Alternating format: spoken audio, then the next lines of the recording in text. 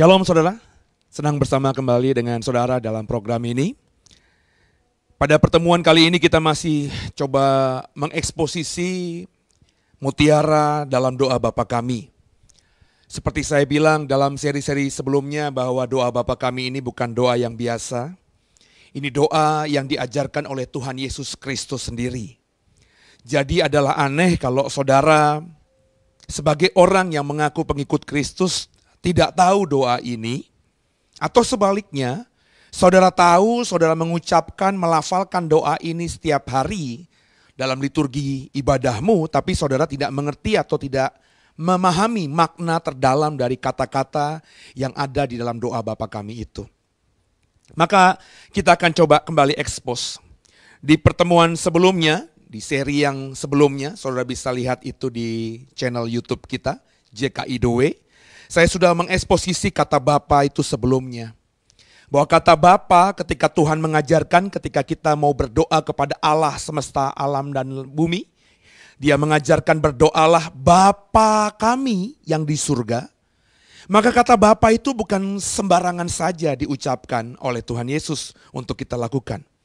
Saya sudah jelaskan di pertemuan sebelumnya. Ketika Tuhan mengajarkan kita pengikutnya untuk memanggil Allah dengan sebutan Bapa. Itu mengajarkan hubungan yang intim yang Tuhan ingin kita mengerti. Bahwa sebagai manusia dan kepada Tuhannya kita diibaratkan dalam hubungan kekeluargaan yang erat, yang intim. Kita adalah anak-anaknya dan Tuhan adalah Bapa kita. Di perjanjian lama saya sudah jelaskan di sesi yang sebelumnya bahwa Allah itu transenden. Allah itu jauh sekali. Ya. Allah tidak terselami. Ya, tidak bisa dipahami oleh manusia. Itu mengapa di zaman perjanjian lama orang-orang Israel belum sampai pada pemahaman Allah itu adalah Bapa dalam pengertian yang sama seperti yang Tuhan ajarkan kepada kita dalam doa Bapa kami ini. Tapi dalam perjanjian baru Allah yang transenden itu sudah menjadi imanen, Immanuel. Allah yang jauh tadinya sudah bersama dengan kita bahkan tinggal dalam kita. Ya. Jadi inilah yang mau ditekankan Tuhan ketika kita berdoa, dimintanya untuk memanggil Allah dengan sebutan Bapa. Ya. Kita ini adalah anak-anak Allah. Sudah saya jelaskan juga di sesi sebelumnya bahwa manusia itu menjadi hidup ketika Allah menghembuskan nafas hidup ke dalam hidung manusia. Ada unsur ilahi yang Tuhan titipkan ke dalam diri manusia. Jadi pada hakikatnya semua manusia lepas dari apapun agamanya, apapun kepercayaannya, siapapun dia, manusia itu memiliki unsur ilahi dalam dirinya. Allah sendiri yang menghembuskan nafas hidup. Allah tidak menghembuskan nafas hidupnya kepada binatang. Allah juga tidak pernah, Alkitab katakan, menghembuskan nafas hidupnya kepada tumbuh-tumbuhan. Hanya kepada makhluk yang namanya manusia saja Allah menghembuskan nafas hidupnya. Itu kenapa sudah saya jelaskan, Allah berkata berkali-kali dalam perjanjian lama, aku adalah Allah yang pencemburu. Aku adalah Allah yang cemburu. Cemburu kepada siapa? Kepada kita manusia. Kita ini yang sudah ada atau memiliki unsur ilahi, nafas Allah dalam hidup kita. Ketika kita manusia dekat dengan yang jahat, dekat dengan iblis, jauh dari jalannya, tidak mau dengar-dengaran dengannya, maka Allah cemburu. Kenapa cemburu? Karena ada bagian kita yang menjadi miliknya yang kita bawa mendekat kepada yang jahat itu, saudara. Nah itulah yang dipahami atau yang saya mau bagikan dalam pertemuan yang sebelumnya. Nah sekarang kita akan coba mengeksposisi lebih dalam lagi tentang kata Bapa ini, saudara. Kata Bapa ini luar biasa dalam. Ketika Tuhan Yesus mengajar kita murid-muridnya, ya, memanggil Allah semesta alam dengan sebutan Bapa. Itu juga bukan hal yang seperti tanpa makna. Artinya sangat dalam sekali. Ya, coba kita pelajari, saudara. Kita buka kembali pengajaran Tuhan Yesus tentang doa Bapa kami ini. Kita buka misalnya firman Tuhan dalam Matius 6 ayat 9. Ya. Matius 6 ayat 9, tolong dibaca terlebih dahulu. Matius 6 ayat 9. Karena itu berdoalah demikian, Bapa kami yang di sorga, dikuduskanlah namamu. Bapa kami yang di surga. Tuhan Yesus mengajarkan kepada murid-muridnya. Ya. Ingat konteksnya, Tuhan mengajarkan ini karena ada salah seorang muridnya yang bertanya kepada gurunya, "Guru, ajarkan kami berdoa." Seperti Yohanes Pembaptis mengajarkan murid-muridnya berdoa. Jadi doa ini adalah doa yang diajarkan Tuhan Yesus khusus kepada murid-muridnya. Yang bukan murid Yesus nggak akan bisa mengerti makna ini. Hanya orang-orang yang menjadi murid Yesuslah yang bisa mestinya memahami kata-kata dalam doa Bapa kami ini. Dia memanggil Allahnya dengan sebutan Bapa. Bapa kami. Yesus sendiri memanggil Allah. Yesus sendiri memanggil Yehova. Yesus sendiri memanggil Elohim. Allahnya Abraham, Ishak dan Yakub dengan sebutan Bapa, saudara. Dan ketika dia mengajarkan doa ini kepada kita, ia mengajarkan kita untuk memanggil Allah juga dengan sebutan Bapa. Yesus itu, saudara, adalah guru, memang ya. Nabi, ya, benar juga. Orang hebat, ya, orang hebat juga.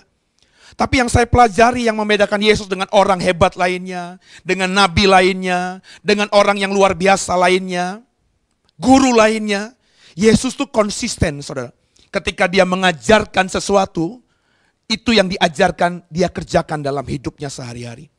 Dalam konteks doa Bapa kami, dia mengajarkan kepada murid-muridnya. Kalau berdoa, berdoalah dengan begini. Bapa kami yang di surga. Dia perintahkan murid-muridnya untuk berdoa, untuk memanggil Allah dengan sebutan Bapa. Dan perhatikan, ini konsisten dia kerjakan dalam hidupnya. Coba dibuka satu ayat. Matius 26 ayat 39. Ini doa Tuhan Yesus. Matius 26 ayat 39. Dia berdoa demikian kepada Allahnya. Apakah dia berdoa dengan memanggil Allah juga dengan sebutan Bapa seperti yang diajarkan dalam doa Bapa kami? Silakan firman Tuhan berkata apa? Matius pasal yang ke-26 ayat 39. Maka ia maju sedikit lalu sujud dan berdoa, katanya, "Ya Bapakku, jikalau sekiranya mungkin, biarlah cawan ini lalu daripadaku. Tetapi janganlah seperti yang ku kehendaki, melainkan seperti yang Engkau kehendaki." Perhatikan baik-baik, saudara. Tuhan Yesus mengajarkan kepada murid-muridnya untuk berdoa, untuk memanggil Allah dalam doanya dengan sebutan Bapa. Perhatikan baik-baik. Dia ajarkan itu kepada murid-muridnya. Dan dalam beberapa peristiwa, terutama yang dibaca tadi dalam konteks pergumulan dia yang paling berat selama dia menjadi manusia di bumi ini, di Taman Getsemani. Ketika ada beban berat itu, Alkitab katakan ketika keringatnya seperti butiran-butiran darah, Yesus berdoa, "Bapakku, jikalau sekiranya mungkin, cawan ini biarlah lalu daripadaku. Tapi jangan kehendakku yang jadi, tapi kehendakmu yang jadi." Bapakku. Artinya apa, saudara? Yang saya mau tekankan di sini bahwa Tuhan Yesus itu konsisten. Apa yang diajarkannya itu juga yang dikerjakan dan diterapkan dalam kehidupannya sehari-hari. Ketika dia mengajar muridnya untuk berdoa Bapa, dia juga berdoa memanggil Allah dengan sebutan Bapa, saudara. Inilah yang Tuhanmu dan Tuhanku kerjakan. Inilah Tuhanmu dan Tuhanku yang berikan teladan kepada kita semua. Jadi ketika Tuhan Yesus suruh kita panggil Allah dengan sebutan Bapa, sebenarnya apa maksudnya? Sebenarnya Yesus sedang menempatkan saudara dan saya sebagai saudaranya. Perhatikan baik-baik. Sebagai anak Allah, dia manggil Allah dengan sebutan Bapa. Sebagai putra tunggal Allah yang menjadi manusia, dia ajarkan kita untuk memanggil Allah dengan sebutan Bapa. Artinya apa? Ia menempatkan saudara dan saya. Ia menjadikan saudara dan saya equal, setara, sama dengan dia. Mestinya logikanya hanya dia saja yang bisa manggil Allah dengan sebutan Bapa. Karena dia adalah anak tunggal satu-satunya Bapa, kan? Tapi dia perintahkan murid-muridnya. Ingat ya, hanya murid-muridnya saja.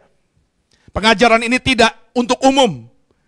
Kalau kau sudah perhatikan konteks khotbah saya di seri pertama, seri kedua, saya sudah jelaskan ini pengajaran eksklusif Yesus kepada orang-orang yang sudah menjadi murid-muridnya. Yesus mengajarkan, berdoalah Bapa kami. Dia ingin menjadikan murid-muridnya sama dengan dia, saudara dalam dirinya. Saudara, bukankah itu indah? Coba cek. Allah mana di luar sana yang mau menjadikan murid-muridnya, yang mau menjadikan pengikutnya, yang mau menjadikan hamba-hambanya menjadi saudaranya? Tidak ada. Hanya Yesusmu dan Yesusku, saudara. Nah saudara, ingat konteksnya. Dua bapa kami ini diajarkan Tuhan Yesus kepada murid-muridnya. Murid-muridnya itu siapa? Murid-muridnya adalah orang yang sudah dipanggil, benar kan? Orang yang sudah dipilih, benar kan? Mereka dulunya adalah penjala ikan biasa di Danau Tiberias, di Danau Galilea. Nobody. Mereka hidup hanya untuk dirinya sendiri, mereka hidup hanya untuk keluarganya sendiri. Tapi mereka dipanggil oleh Yesus, mereka dipilih oleh Yesus. Dipilih bukan lagi menjadi penjala-penjala ikan biasa, tapi menjadi penjala-penjala manusia. Jadi yang bisa manggil Tuhan dalam konteks ini dengan sebutan Bapa, yang bisa memanggil Allah semesta alam dengan sebutan Bapa, adalah orang-orang yang dipanggil, adalah orang-orang yang dipilih olehnya untuk menjadi murid-muridnya. Pertanyaan saya kepada saudara yang menyaksikan program ini, apakah saudara adalah murid-muridnya Tuhan? Kalau saudara murid-muridnya Tuhan, mestinya saudara punya pemahaman bahwa saudara adalah orang-orang yang dipanggil olehnya. Orang-orang yang dipilih olehnya. Haleluya. Kalau kau sudah amini dan saudara sudah pahami dengan sungguh apa yang saya paparkan tadi, mari kita lanjutkan makna terdalam dari kata Bapa ini. Coba perhatikan sama-sama. Kita buka, kita baca firman Tuhan dalam Roma pasal 8. Roma pasal 8 ayat yang ke-28 sampai dengan ayat yang ke-30, saudara. Silakan dibaca. Roma pasal 8 ayat 28 sampai ke-30. Kita tahu sekarang bahwa Allah turut bekerja dalam segala sesuatu untuk mendatangkan kebaikan bagi mereka yang mengasihi Dia, yaitu bagi mereka yang terpanggil sesuai dengan rencana Allah. Sebab semua orang yang dipilihnya dari semula, mereka juga ditentukannya dari semula untuk menjadi serupa dengan gambaran anaknya, supaya ia, anaknya itu, menjadi yang sulung di antara banyak saudara. Dan mereka yang ditentukannya dari semula, mereka itu juga dipanggilnya. Dan mereka yang dipanggilnya, mereka itu juga yang dibenarkannya. Dan mereka yang dibenarkannya, mereka itu juga dimuliakannya. Perhatikan baik-baik. Surat Roma adalah surat yang sangat dalam sekali, saudara. Surat Roma itu begitu vulgarnya bagi saya secara pribadi. Kalau saudara mau menjadi seorang Kristen yang sejati, saudara mengerti, membaca, memahami apa yang dikatakan Paulus dalam surat Roma. Dalam Roma pasal 8 ayat 28-29 tadi sudah dibaca. Saya baca sekali lagi dengan penekanan-penekanan yang ingin saya sampaikan kepada saudara. Demikian firman Tuhan. Kita tahu sekarang bahwa Allah turut bekerja dalam segala sesuatu untuk mendatangkan kebaikan bagi mereka yang mengasihi Dia, yaitu bagi mereka yang terpanggil sesuai dengan rencana Allah. Sebab semua orang yang dipilihnya dari semula, mereka juga ditentukannya dari semula. Saudara, apakah saudara orang-orang yang sudah dipilih oleh Allah sejak semula? Banyak orang mengamini saya sudah orang-orang yang dipilih, saya adalah orang yang dipilih oleh Allah sejak semula. Apakah saudara adalah orang-orang yang sudah ditentukan oleh Allah sejak semula? Kalau saudara mengamini dirimu adalah orang-orang yang ditentukan Allah untuk rencana-rencana Allah yang luar biasa itu, perhatikan baik-baik. Saudara yang dipilihnya sejak semula, saudara yang ditentukannya sejak semula. Alkitab katakan dalam ayat 29, untuk menjadi serupa dengan gambaran anaknya. Jadi murid-muridnya saudara, yang tadinya penjala ikan biasa di Danau Tiberias, Danau Galilea, itu dipanggil Tuhan Yesus. Dipilih Tuhan Yesus. Bukan lagi menjadi penjala-penjala ikan, tapi menjadi penjala-penjala manusia. Apa artinya? Mereka dipanggil, mereka dipilih agar menjadi serupa dengan gambarannya. Gambarannya itu siapa? Kristus. Murid-murid itu dipanggil, murid-murid itu dipilih agar mereka sama dengan gambarnya Dia. Serupa dengan Yesus dalam bahasa lainnya. Dalam bahasa Inggrisnya itu likeness, saudara. Saudara harus menjadi serupa seperti Kristus. Serupa dengan gambaran anaknya Kristus. Pertanyaannya, kenapa Tuhan Yesus menempatkan saudara dan saya? Kenapa Tuhan Yesus menempatkan kita sebagai saudaranya? Karena memang kita ditentukan sesuai dengan gambarannya. Bukankah itu saudara yang terjadi dalam kehidupan sehari-hari kita? Jika saudara memiliki adik, kakak, kandung, punya bapak yang sama, punya orang tua yang sama, bukankah sebenarnya diri kita dengan mereka itu serupa? Ada hal-hal yang mirip, bahkan kalau tidak bisa dibilang identik.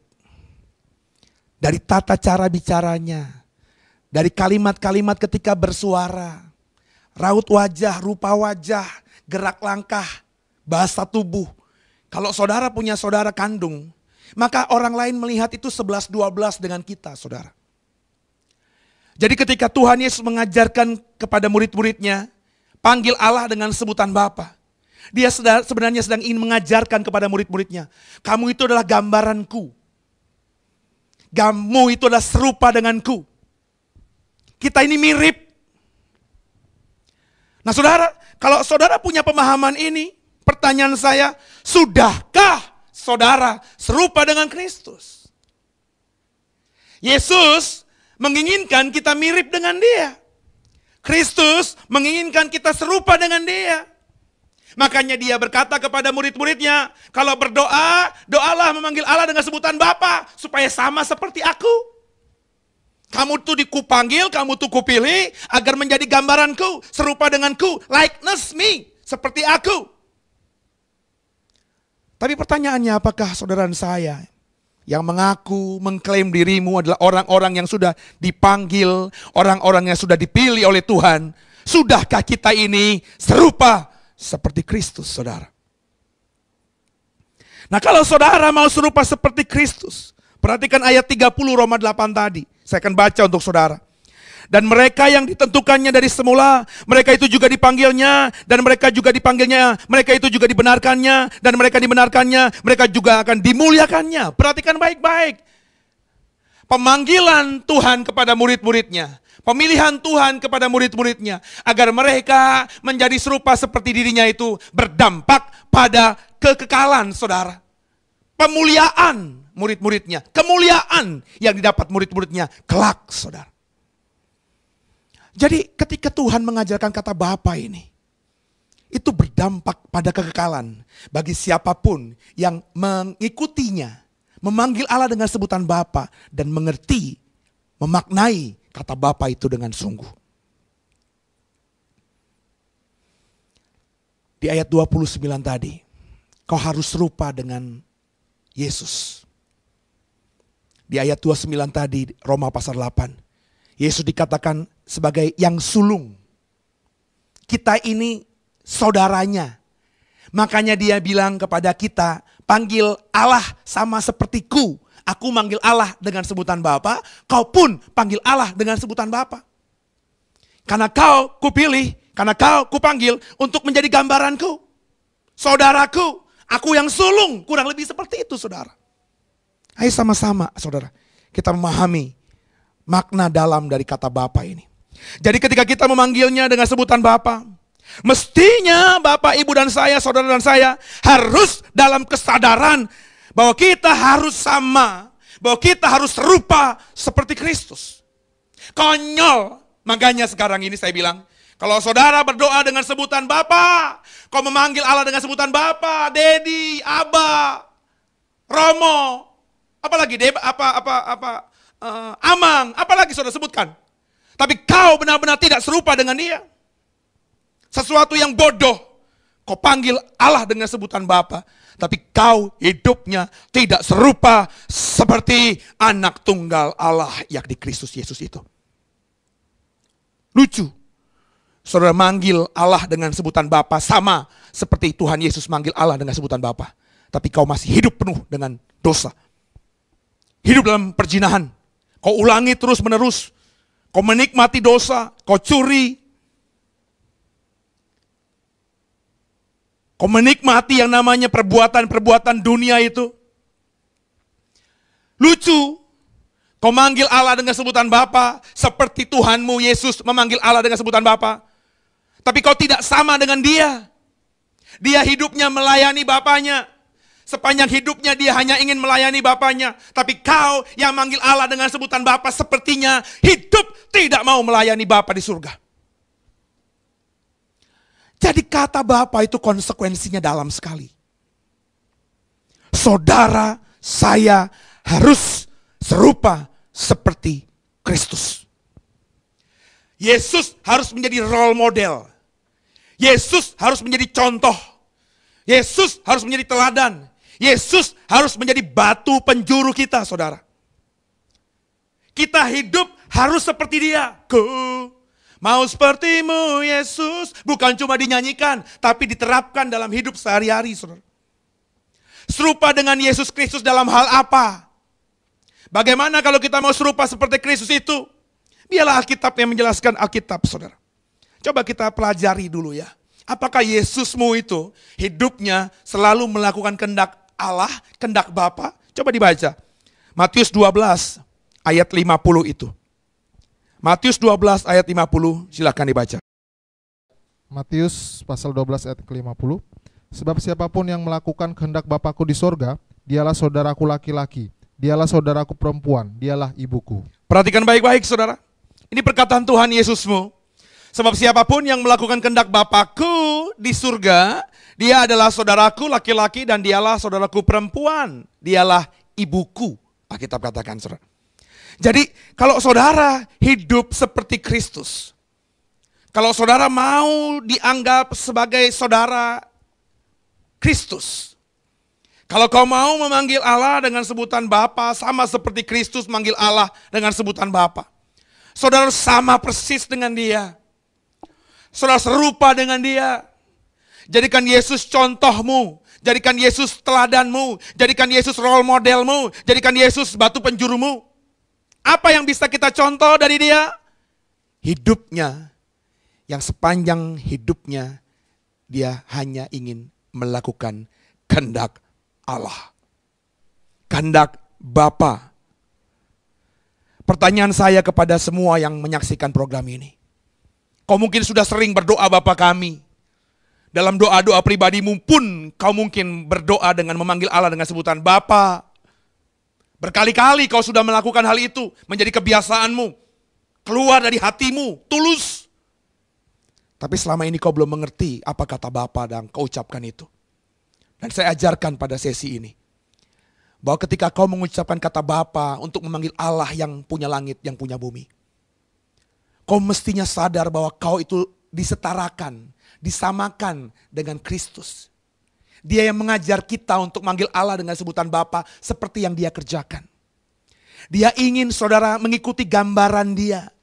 Apa itu? Sepanjang hidup melakukan kehendak Bapa. Sudahkah saudara yang berdoa Bapa kami dalam hidupmu sampai detik hari ini sudah melakukan kehendak Bapa? Apa yang Yesus kerjakan, saudara? Apakah Yesus ketika memberikan perintah dalam Matius 12 ayat 50, kalau kau mau jadi saudaraku laki-laki, kalau kau mau jadi saudaraku perempuan, kau harus melakukan kehendak Bapa. Apakah dia cuma bisa kasih perintah saja? Tidak, saya bilang berkali-kali tadi. Yesusmu itu kalau kasih perintah, dia sudah menjadikan perintah itu pekerjaan dia, makanan dia, kehidupan dia. Dia konsisten antara ucapan dengan perbuatannya. Coba kita baca satu ayat. Ini yang Yesusmu dan Yesusku lakukan. Yohanes 4 ayat 34. Yohanes 4 ayat 34. Kata Yesus kepada mereka, makananku ialah melakukan kehendak Dia yang mengutus aku dan menyelesaikan pekerjaannya. Perhatikan baik-baik, saudara. Yesus tadi berkata kepada murid-muridnya, kepada saudara saya dalam Matius 12 ayat 50. Kalau kau mau jadi saudaraku laki-laki, kalau kau mau jadi saudaraku perempuan, kau harus sama sepertiku melakukan kehendak Bapa. Hidup melakukan kehendak Bapa. Apakah itu Yesus kerjakan dalam hidupnya sehari-hari? Ya. Dia bersaksi dalam Yohanes 4 ayat 34 tadi, makananku, perhatikan baik-baik. Makananku adalah melakukan kehendak Allah, kehendak Bapa, dan menyelesaikan semua pekerjaan-pekerjaan yang diberikan kepadaku. Makanan, saudara, itu bicara mengenai kebutuhan pokok. Orang kalau tidak makan, orang akan kelaparan. Sehari dia tidak makan, dia mungkin bisa survival, dia bisa hidup. 2 hari mungkin masih bisa. Tapi kalau terus-terusan dia tidak makan, dia akan dehidrasi, kekurangan gizi, kekurangan tenaga. Dan kalau terus itu dikerjakannya, dia bisa mati, saudara. Makanan itu adalah kebutuhan pokok. Kau dan aku paling tidak makan adalah makan 3 kali sehari, makan besar. Sarapan, makan siang, makan malam. Belum makanan-makanan kecil lainnya. Kemilan-kemilan lainnya. Kalau kita nggak makan, kita lapar. Yesus berkata, makananku bukan gandum, bukan beras, bukan nasi, bukan puyung hai, bukan somai. Makananku adalah melakukan kehendak Bapakku di surga. Dia kerjakan itu dengan konsisten. Selama dia menjadi manusia. Terekspresi saudara, ketika dalam peristiwa di Getsemani itu. Alkitab katakan dia ketika masuk di Getsemani, hatinya sudah hancur. Seperti mau mati saja rasanya. Alkitab berkata demikian. Kenapa? Karena sebagai Allah yang maha tahu, dia tahu sebentar lagi dia akan mengalami yang disebut dengan penderitaan salib yang luar biasa itu. Dia sedang menanti detik-detik dia disiksa. Mengalami penderitaan yang tidak pernah dialami oleh umat manusia sebelumnya. Dia masuk ke Getsemani dengan hati yang hancur. Kehilangan tenaga, seperti mau mati saja rasanya. Saudara bisa bayangkan? Saudara sudah pernah punya perasaan seperti mau mati? Udah gak ada semangat lagi, jalan aja udah males. Mau melangkah aja udah susah. Hampir sebagian besar kita belum sampai pada peristiwa itu. Hampir mau mati, belum pernah. Yesus mengalami hal itu. Dia seperti mau mati rasanya ketika masuk ke Getsemani. Itu kenapa ketika dia berdoa, dia bergumul dalam pergumulannya kepada Bapa di surga. Alkitab katakan peluhnya, keringatnya seperti tetes-tetes darah, saudara. Dia berdoa, Bapa, perhatikan baik-baik. Kalau boleh cawan ini lalu daripadaku. Tapi jangan kehendakku yang jadi, kehendakmu yang jadi. Sebagai manusia, dia pengen lepas dari semua penderitaan itu.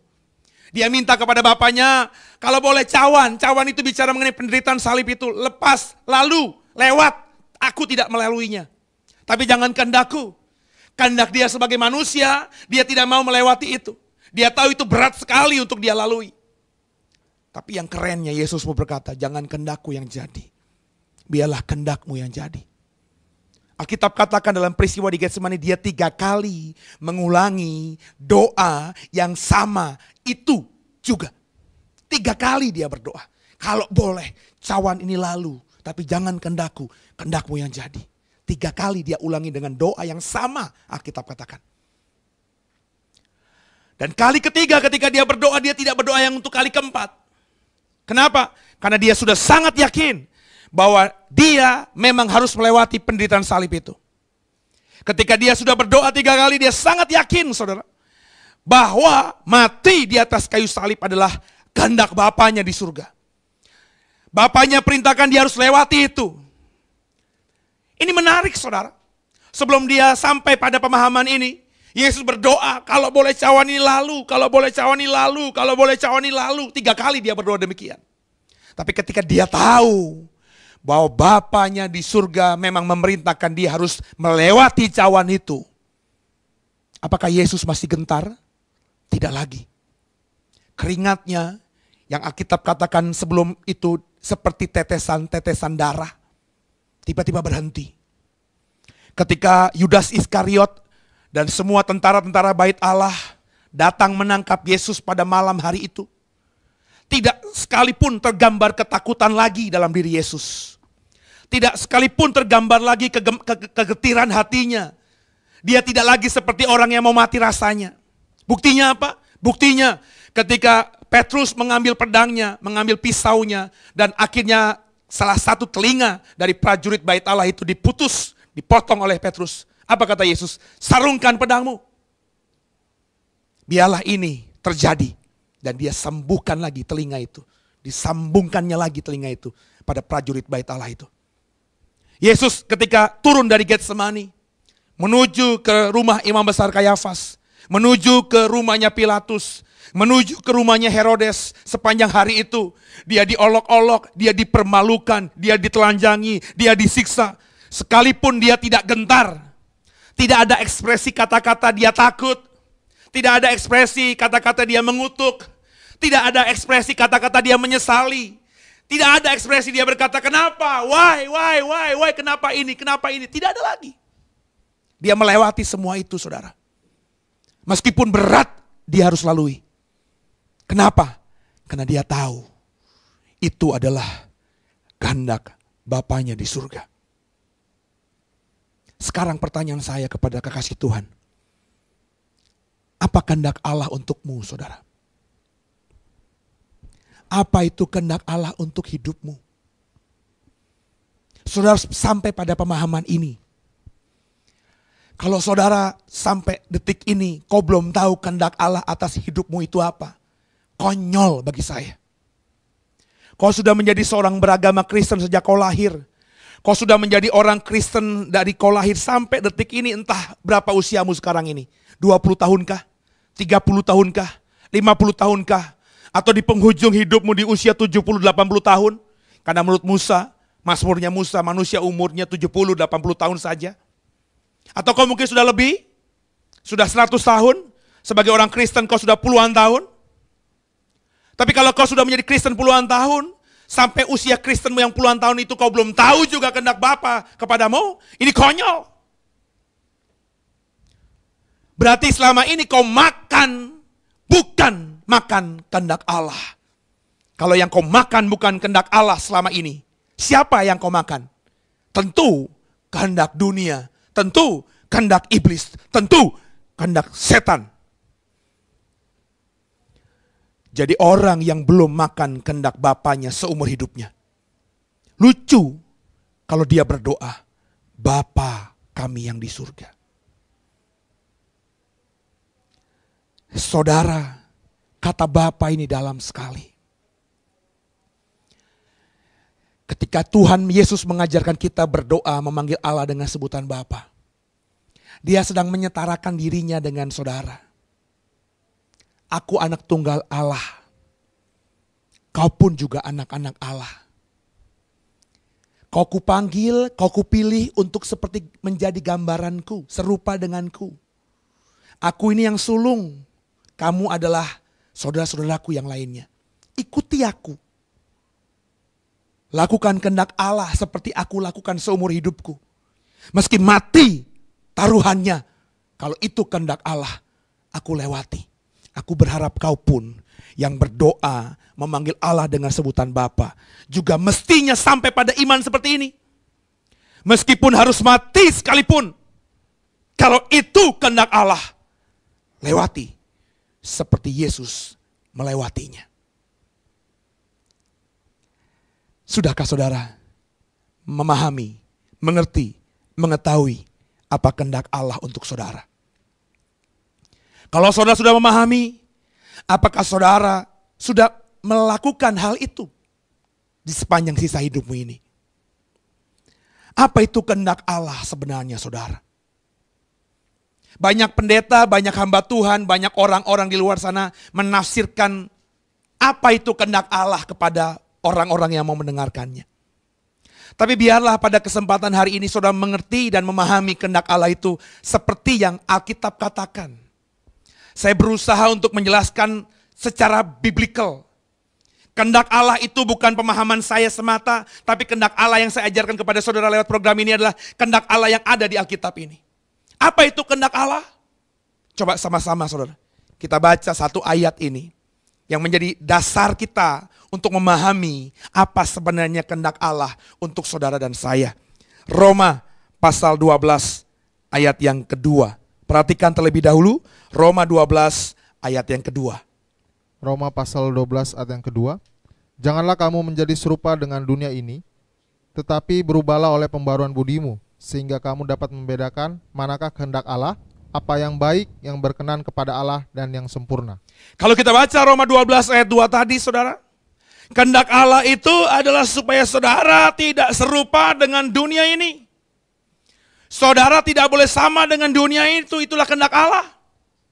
Kehendak Allah supaya saudara bisa mengetahui mana yang baik, mana yang berkenan kepada Allah. Apakah saudara masih sama dengan dunia ini? Apakah saudara belum bisa membedakan mana yang baik, mana yang berkenan kepada Allah?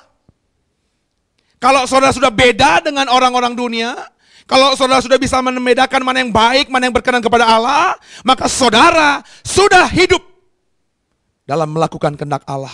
Saudara sudah menjadikan kehendak Allah sebagai makananmu sehari-hari, seperti Kristus memakannya sehari-hari. Nah, kehendak Allah dalam Roma 12 ayat 2 ini saudara, dijelaskan dengan sangat spesifik di konteks terdekatnya, yakni ayat di atas dan ayat-ayat di bawahnya. Apa itu kehendak Allah? Bagaimana supaya kita bisa hidup dalam kehendak Allah?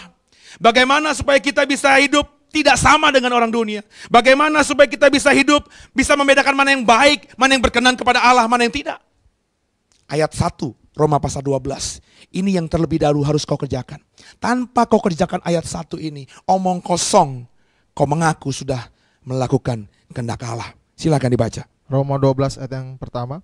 Karena itu saudara-saudara, demi kemurahan Allah aku menasihati kamu, supaya kamu mempersembahkan tubuhmu sebagai persembahan yang hidup, yang kudus dan yang berkenan kepada Allah, itu adalah ibadahmu yang sejati. Perhatikan baik-baik.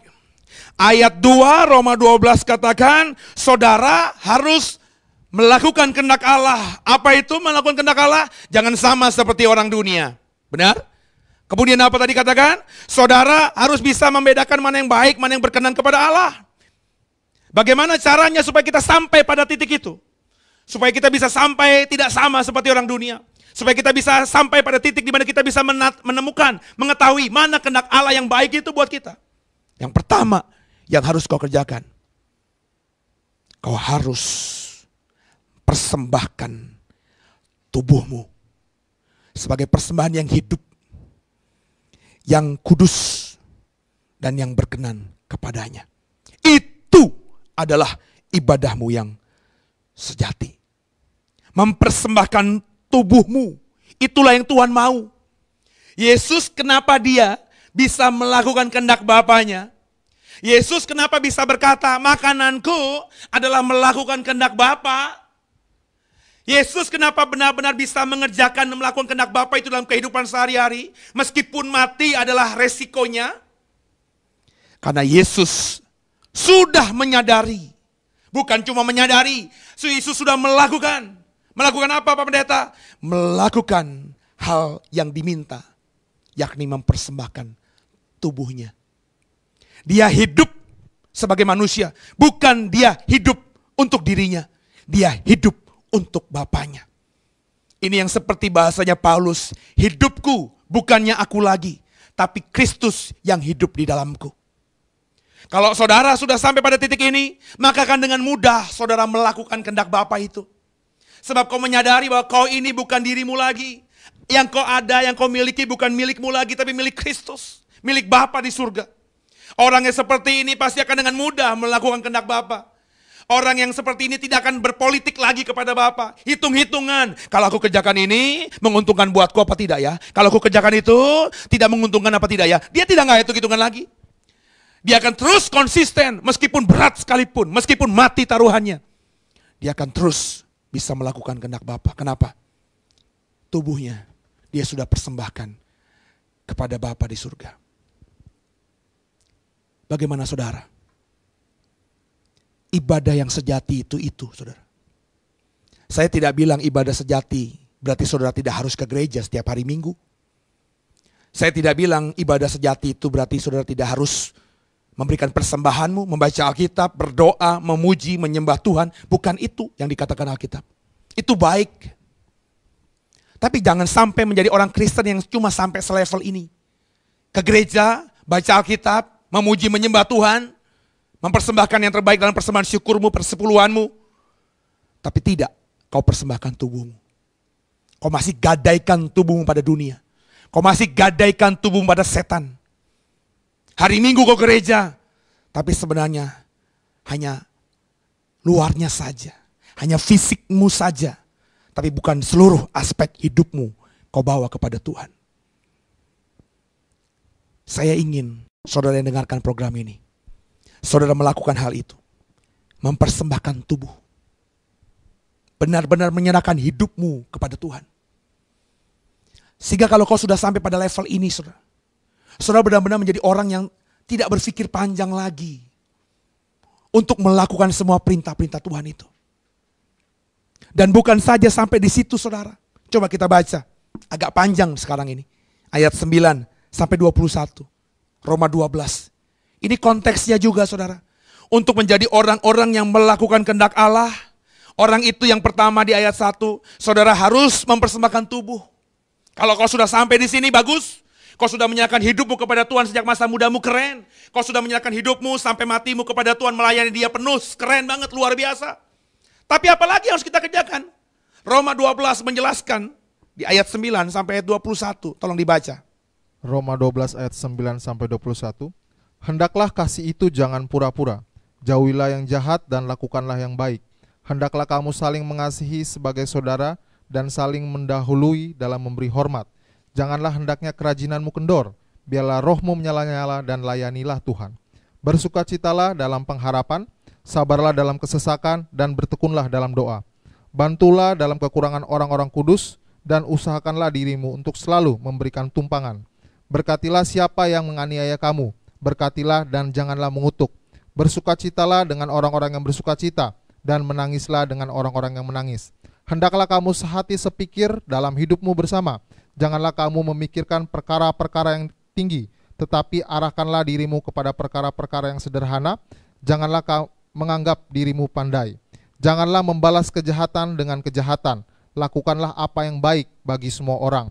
Sedapat-dapatnya, kalau hal itu bergantung padamu, hiduplah dalam perdamaian dengan semua orang. Saudara-saudaraku yang kekasih, janganlah kamu sendiri menuntut pembalasan, tetapi berilah tempat kepada murka Allah. Sebab ada tertulis, pembalasan itu adalah hakku.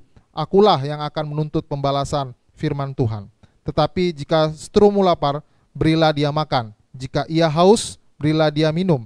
Dengan berbuat demikian, kamu menumpukan bara api di atas kepalanya.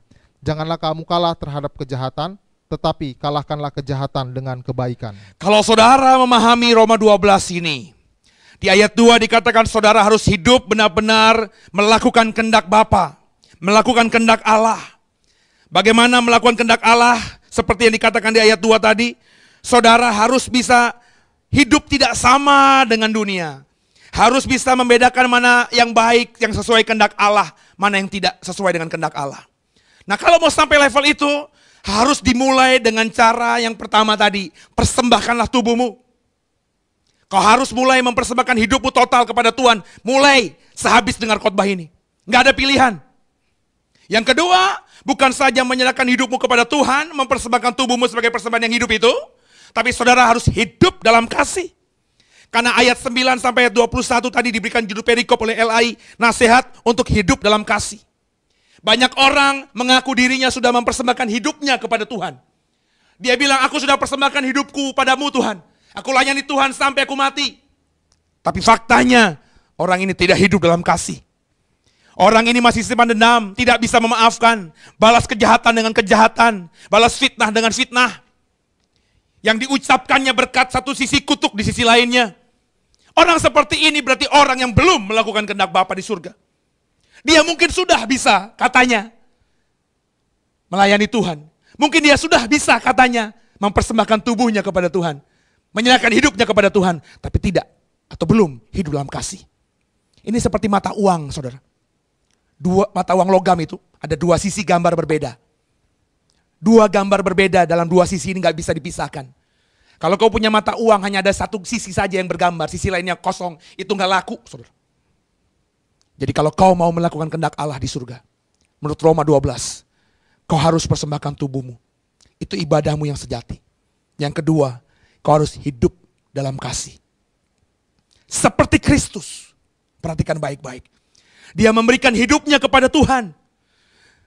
Dia berat melepaskannya, tapi ketika dia tahu itu kehendak Bapa yang harus dikerjakan, mati, serahkan hidupnya bagi manusia, dia kerjakan. Bahkan ketika orang-orang yang menganiaya dia itu memperlakukan dia tidak seperti rubahnya anak manusia. Diolok-olok, diludahi, ditelanjangi, disiksa. Seperti seorang budak layaknya. Apa kata Yesus kepada mereka? Dia berdoa kepada Bapanya. Bapa, ampuni mereka. Sebab mereka tidak tahu apa yang mereka perbuat padaku.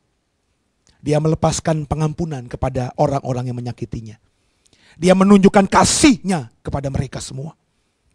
Sehingga andai kata orang-orang, prajurit-prajurit yang melukai dia, menyiksa dia itu bertobat, maka pengampunan darinya turun atas mereka. Kekasih Tuhan. Dia mengajarkan kita berdoa, Bapa kami yang di surga.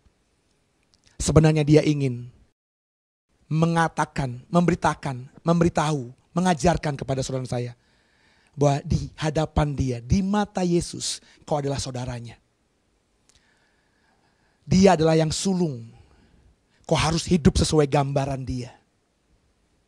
Hidup sesuai dengan gambaran dia adalah hidup yang melakukan kehendak Bapa di surga. Gimana caranya? Persembahkan tubuhmu. Yang kedua, hiduplah dengan kasih. Kalau kau sudah kerjakan itu, maka seperti Yesus layak berdoa Bapa, kau pun layak berdoa Bapa. Tapi kalau kau tidak hidup dalam dua hal tadi, kau belum sampai mempersembahkan tubuhmu sebagai persembahan yang hidup. Kau masih tidak rela mempersembahkan hidupmu sebagai persembahan kepada Tuhan. Dan kau juga tidak mau hidup dalam kasih. Maka janganlah berdoa memanggil Allah dengan sebutan Bapa. Kau yang sudah mengerti sekarang ini, kerjakan itu. Inilah makna dari kata Bapa yang saya bagikan pada sesi ini. Memanggil Tuhan dengan sebutan Bapa.